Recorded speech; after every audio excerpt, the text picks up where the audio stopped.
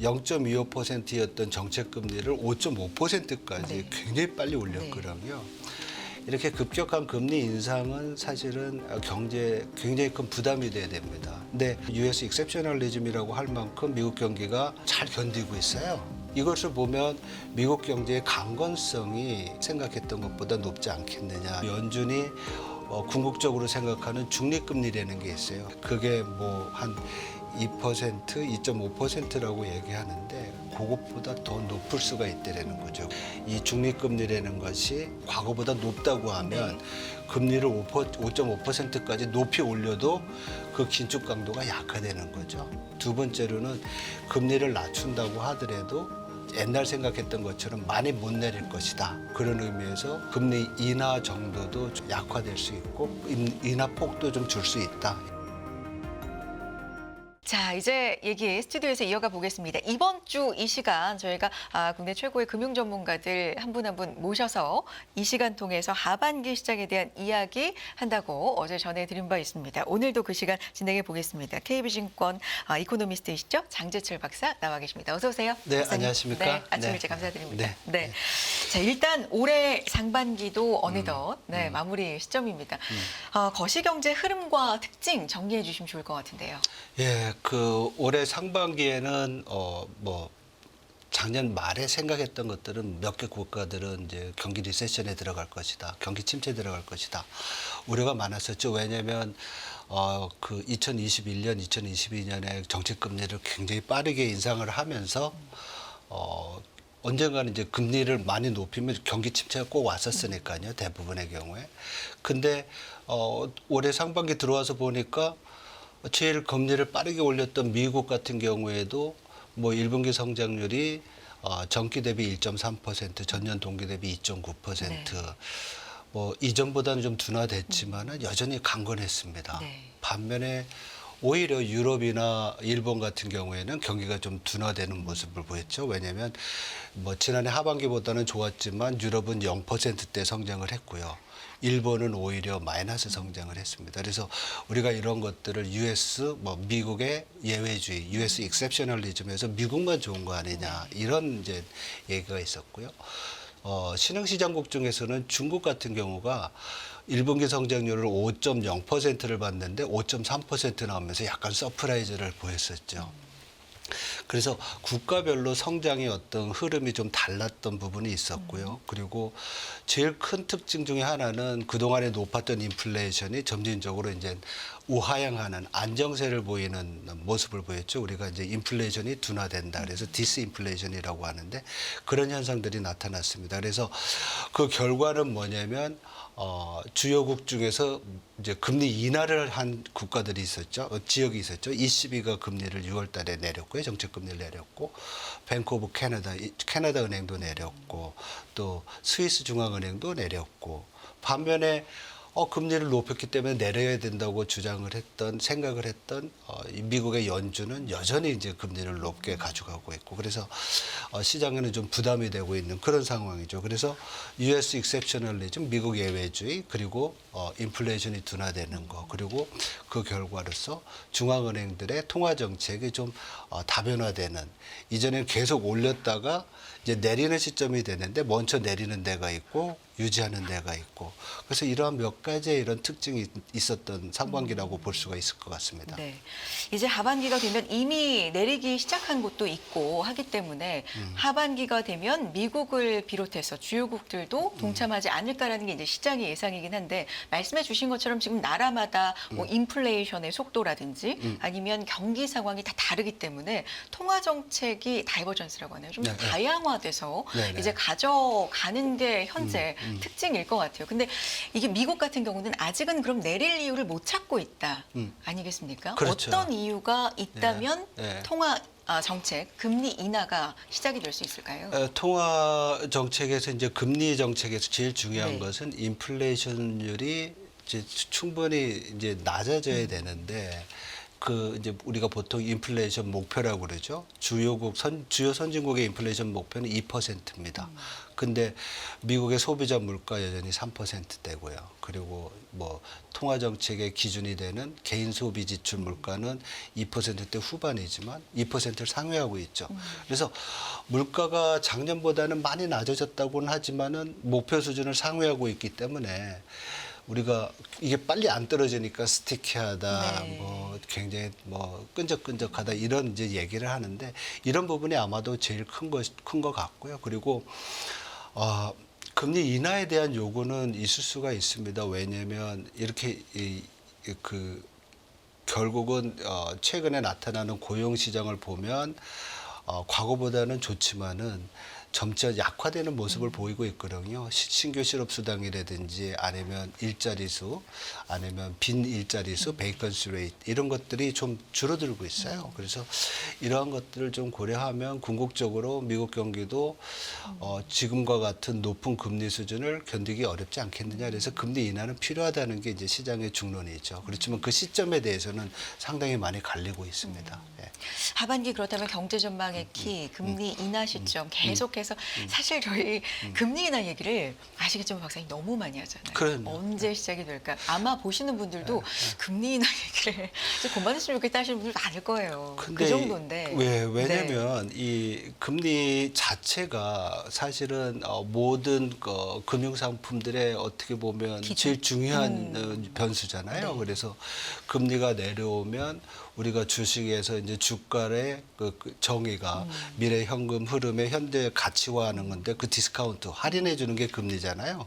그러니까 이 금리가 내려오면 할인율이 이제 낮아지니까 주가가 올라갈 수 네. 있는 것이고요. 금리가 낮아지면 또 채권 가격이 올라가는 거잖아요. 그래서 상당히 중요한 변수니까 이게 내려온다 그러면 내려오는 시점에 대한 기대는 항상 커질 수밖에 없는 거죠. 그런 점에서 시장에서의 기대와 우려는 너무 당연한 것 같고요.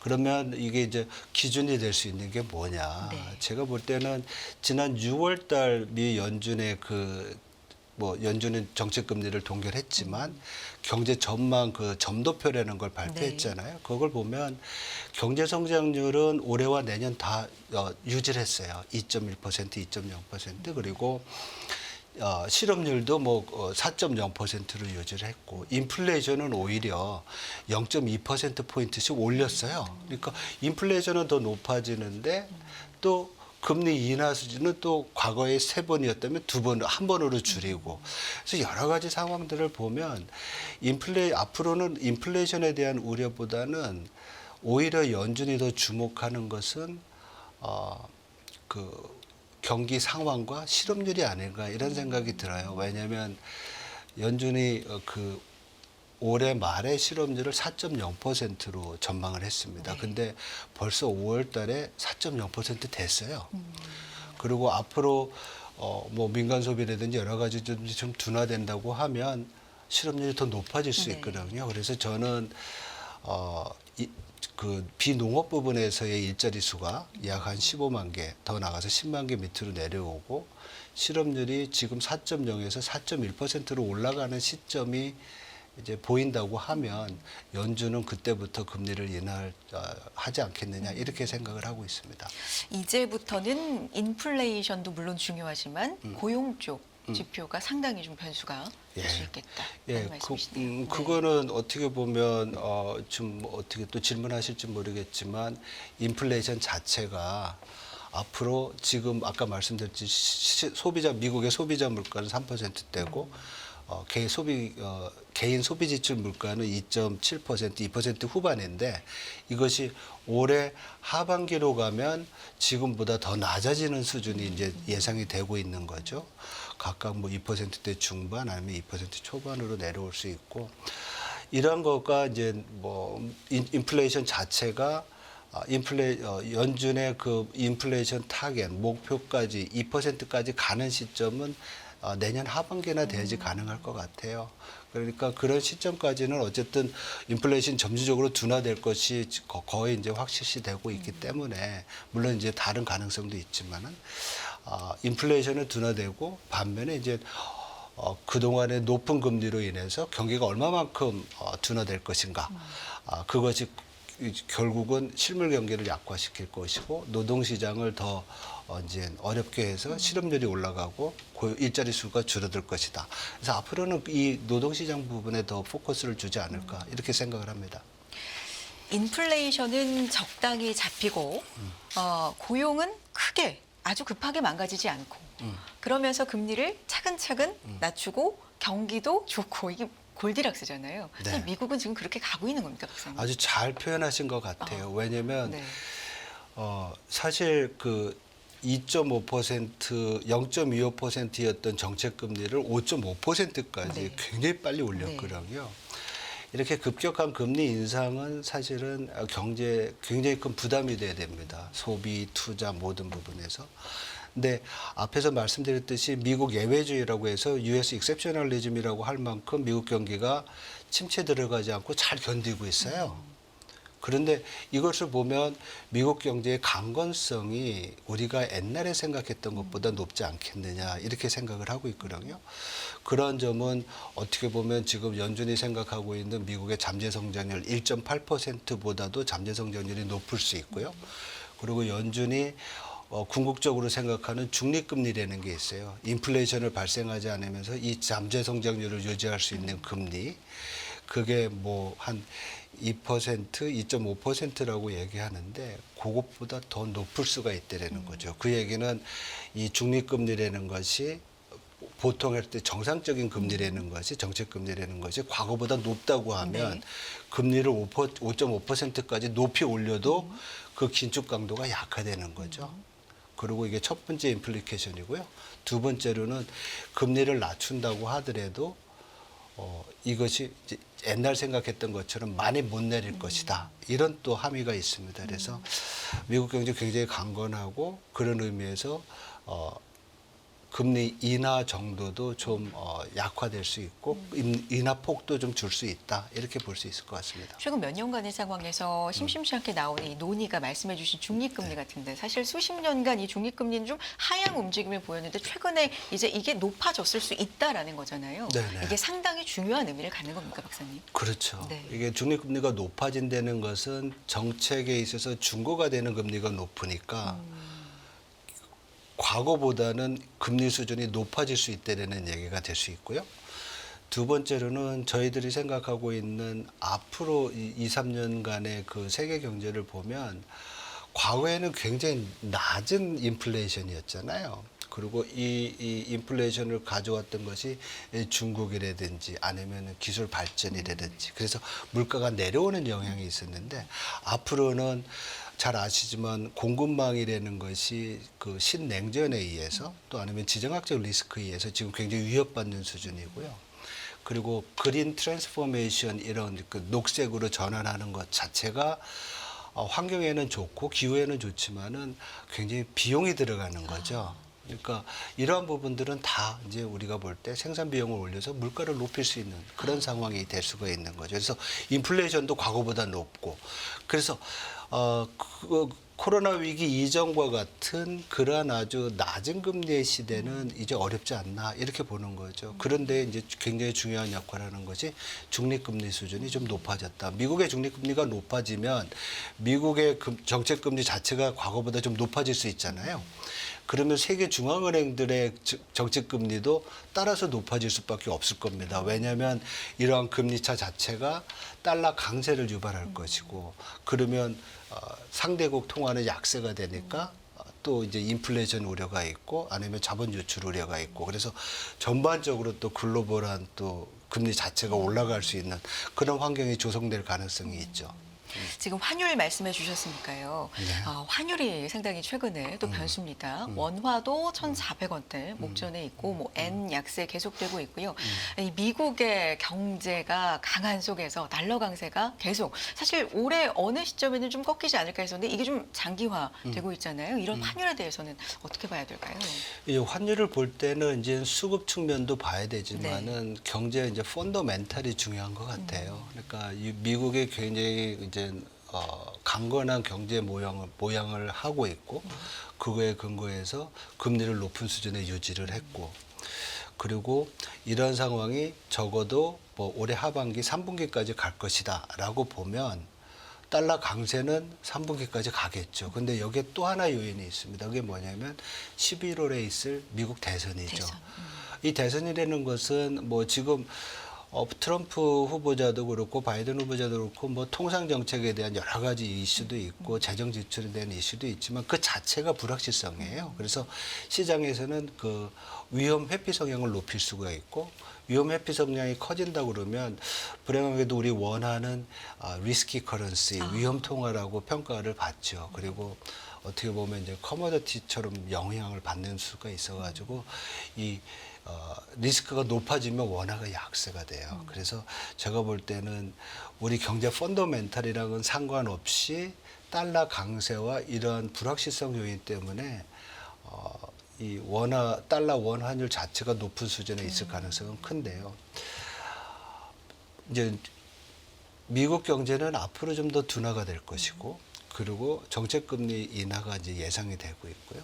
한국 경제는 반대로 이제 우리 경제는 리바운드 되는 네. 경기 회복되는 상황이 되고 있어요. 그리고 이제 수급면을 이제 말씀을 드린다고 하면 달러는 강세지만 과거에 우리 원화가 약세가 됐던 것은 지난 작년 뭐 재작년에 이렇게 보면 우리가 무역 수지가 적자였잖아요. 수출이 굉장히 부진했고 최근에 이제 수출이 회복이 되면서 무역 수지와 경상 수지가 개선이 되고 있습니다. 이런 부분들이 네. 이제 원화의 강세 요인으로 돼서 연말 정도 되면 달러 원 환율이 좀 레벨이 좀 내려오지 않을까 이렇게 생각을 하고 있습니다. 최근에 이 환율 같은 경우는 유로화의 영향도 또 달러 강세 이렇게 받고 있는 거기 때문에 과거 우리 원화가 1,400원대 이때와는 조금 환경이 다르다 이렇게 생각해도 될까요, 박사님?